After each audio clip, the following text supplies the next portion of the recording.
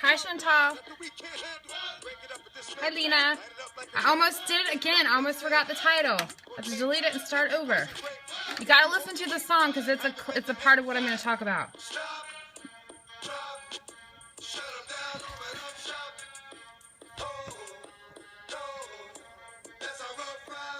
Okay, that was the chorus.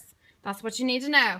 Okay, I figured that since I keep talking about how much I love, it's a clue, how much I love social studies, I better bring some social studies content or else people might not believe that I know what I'm talking about.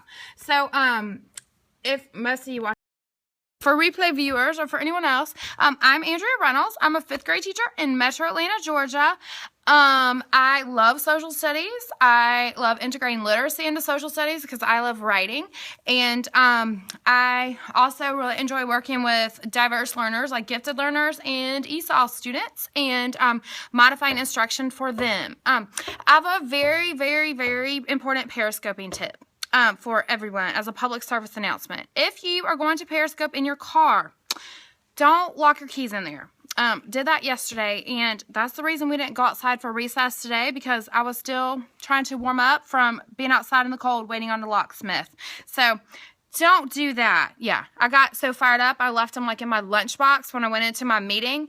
It was a professional development. It was about like brain research, and it was all like she was preaching to the choir about engaging activities and how to grow dendrites and all this stuff. So it was a really good workshop, and I'll talk more about that another time. I forgot to get something out of my bag. Okay, so I wanted to talk about some ways that I make lessons interesting at the beginning to try to hook my kids. And I'm going to show you one example for science, because even though social studies is my preference, unfortunately I teach science this year, so I have to make that engaging as well. Just a reminder, or if it's not, might not be a reminder, the blab show that we had on Tuesday nights is now going to be on Thursdays. That way we have a whole hour. So be looking for that tomorrow night. Okay, here's one example. This is the ugliest, horrible picture that I took when I went to Charleston a few years ago. But I put this up at the beginning of a lesson. And now I don't have very many actual photographs that work. But if you call stuff a mystery, the kids will fall for it. A mystery. I actually have a blog post I'm working on about the, it's called The Art of the Teacher Hustle, Social Studies Teacher Hustle. I just have to put a cover image on it and it's done. But The Scarlet Tide, that is a song from Cold Mountain. And it's about, I mean, it's a metaphor for the blood flowing from the Civil War. And so I do not tell them the movie that the song is from, because I do not want them watching Cold Mountain. But I have them listen to the song and ask them, you know, whoops, spoiler, what they think the Scarlet Tide is. So actually, what I'll say is this is an important place having to do with the Civil War. And I took this picture like about pre-iPhone days, so it's even worse than normal because I'm not a good photographer. But this speck back here is Fort Sumter. I was across the Charleston Harbor, so I use that. Like, what do you think this place has to do with the Civil War? And so, hi Jess. So that's one example. Just put up a picture. Another picture, you can also use a primary source document, like this photo. Where'd it go? Right here. Oh, really? You can just put this up there, and this is from the LOC, the Library of Congress. This is actually the USS Maine. Spoiler for another clue I'm going to talk about. And you just have the, now I showed them this after I talked about it, and I always use the little Windows notes, and I have the kids do facts, feelings, questions, connections, and I had them write about, you know, pick a box to focus on. But that's something that you can do. Just put up a picture, and you don't even have, as a lesson hook, you don't have them go into analyzing it yet, because you have to teach them how to do that. But you can just have them respond to it. Just write a couple of sentences. Because a lesson hook should just be a couple of minutes, and then you get into your content, and then you can have them analyze it in more details and talk about, like, looking at each one of the quadrants. There's a really good John Brown mural that I have that we've looked at, like, all 4 of the quadrants, and then you notice something different every time. So that's another, like, just use a picture at the beginning of your lesson. Okay? I was playing the DMX Rough Riders at the beginning because that goes along with the next one. I did this on Monday. And one thing I did last year when I was being observed, I gave the kids a yellow little square of paper, and I used to have exit slip little library pockets, and I didn't do that this year yet. Well, okay, yeah, it's not going to happen because I only had a homeroom to worry about. But I had the kids write down at the end like what they thought one of the clues had to do with the topic. So the first clue was yellow. The second clue was the letters W and M, and we even did like hand motions, like I had the kids do like WM, and then the last one was the clip.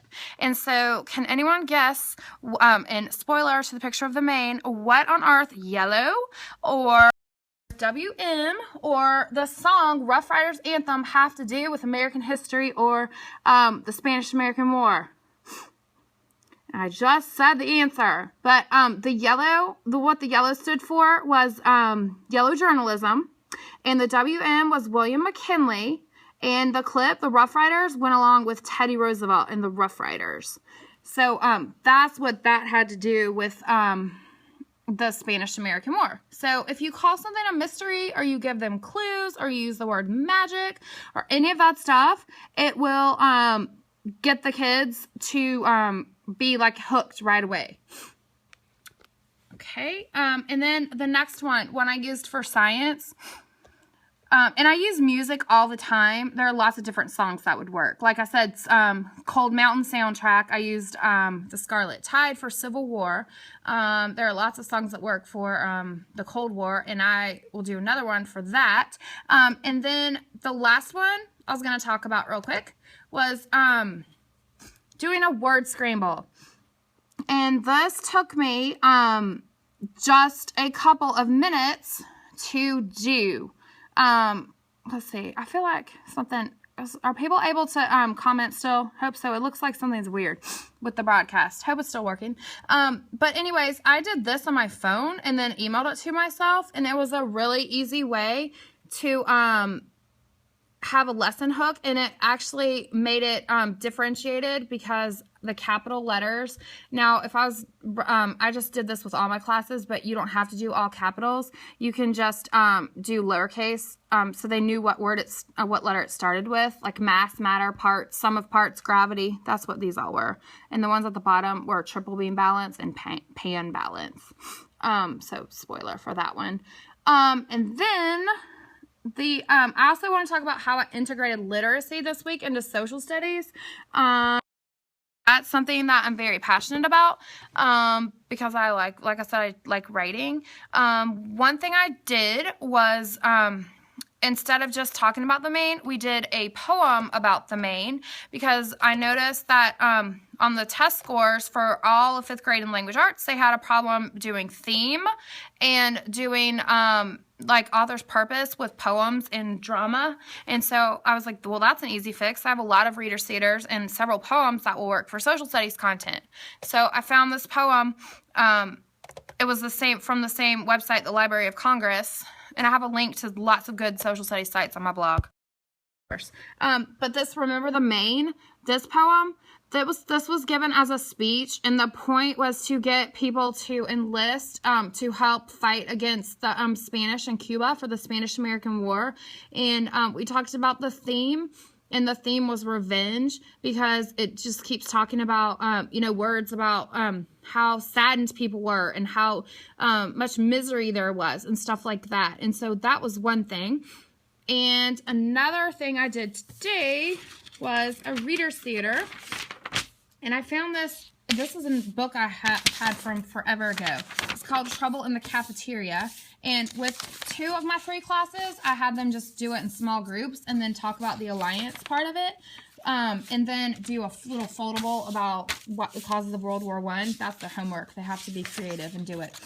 But with my last group, who have a lot of English language learners, I actually assigned them like all the boys in because our homerooms are mixed up. I had all the boys in one homeroom read one part and all the girls. And so that was a way to differentiate, because they would not have been able to read this all together and make sense of it, because this was an intro. We did this to, like I said, we're just starting the causes of World War I, and they wouldn't have understood like the significance of Germany being how Germany was, and then Serbia being bossy. So like I said, we read this together, and the point was at the end, like there was a big fight on the basketball court because of Serbia and Germany, and then we talked about what that had to do with World War I.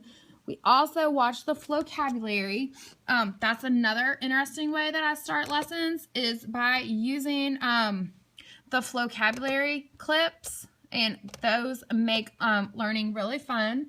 Like I said, if you haven't tried out vocabulary, you must. Thank you for watching. Like I said, I'm Andrea Runnels, and I really enjoy making social studies interesting, and I hope that maybe one of these tips will help you. Like I said, I did just like calling things a clue, and so easy, just the letters and a color and songs. Always be listening for songs and thinking about how you can use them for instruction. I can't hear a song without thinking about it. So thank you for watching, and I will catch you guys